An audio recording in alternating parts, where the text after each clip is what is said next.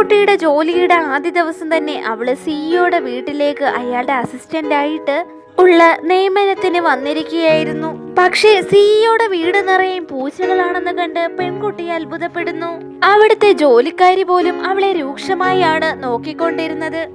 അങ്ങനെ പെൺകുട്ടിയാവട്ടെ സിഇഒയുടെ വില്ലയിലേക്ക് കടന്നപ്പോൾ സിഇഒയുടെ പ്രതിസുത വധുവാവട്ടെ ഒരു contract agreement അവളുടെ നേരെ നീട്ടുന്നു.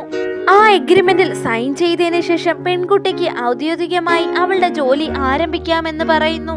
കുടുംബത്തിന്റെ കടം വീട്ടാനായി വേറെ മാർഗമില്ലാത്ത പെൺകുട്ടിയാവട്ടെ അവളുടെ പേരിൽ ആ എഗ്രിമെന്റിലേക്ക് സൈൻ ചെയ്തു കൊടുക്കുന്നു. എന്നാൽ ഒപ്പിട്ടതിനു ശേഷം എഗ്രിമെന്റ് തിരികെ നൽകാൻ നേരം പെൺകുട്ടിയുടെ മടിയിലേക്ക് ഒരു പൂച്ച ചാടിക്കേറുന്നു. എന്നാൽ പെൺകുട്ടി പെട്ടെന്ന് തന്നെ പരിഭ്രാന്തിയാവുന്നു. ആ പൂച്ച അവളുടെ മടിയിലേക്ക് ചാടിയതിനെ തുടർന്ന് അവളുടെ തലയിലാവട്ടെ 2 പൂച്ചകളുടെ ചെവികൾ രൂപപ്പെടുന്നു. പരിഭ്രാന്തിയിൽ അവൾ അവളുടെ തല മൂടുന്നു. എന്നാൽ ഈ രംഗമാവട്ടെ മുകളിൽ നിന്ന് സിഇഒ കണ്ടിരുന്നു.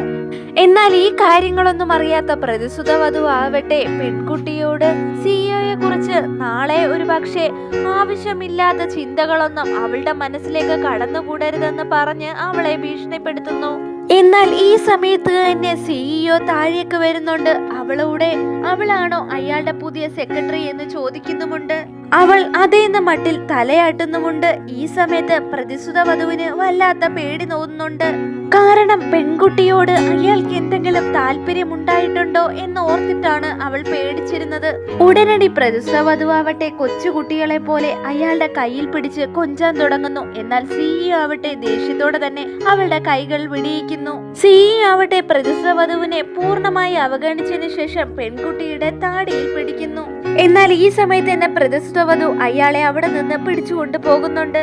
സിഇഒയും പ്രതിസുത വധുവും അവിടെ നിന്ന് പോയതിനു ശേഷം പെൺകുട്ടിയുടെ വീട്ടുജോലിക്കാരനാവട്ടെ ഇന്നു മുതൽ പെൺകുട്ടി ആ വീട്ടിൽ തന്നെ താമസിക്കണമെന്നും അവൾക്കുള്ള താമസ സൗകര്യം അവിടെ ഒരുക്കിയിട്ടുണ്ടെന്നും പറയുന്നു.